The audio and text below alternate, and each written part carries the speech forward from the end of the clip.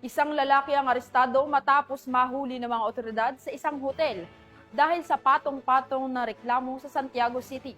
Isabela, kabilang ng pananakot nito sa kanilang kasintahan na ipapakalat ang mga sensitibo nitong larawan. Ang balita mula kay Patrolwoman Mary Grace Artizuela.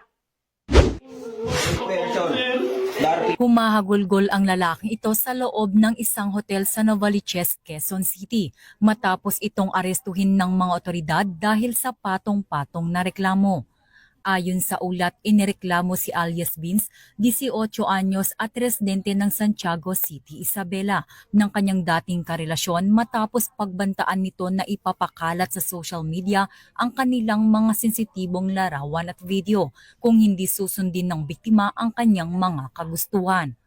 Agad na kumilos ang mga tauhan ng Northern District Anti-Cybercrime Team at ikinasa ang isang entrapment operation sa isang hotel kung saan naganap ang aktwal na paghuli sa suspect.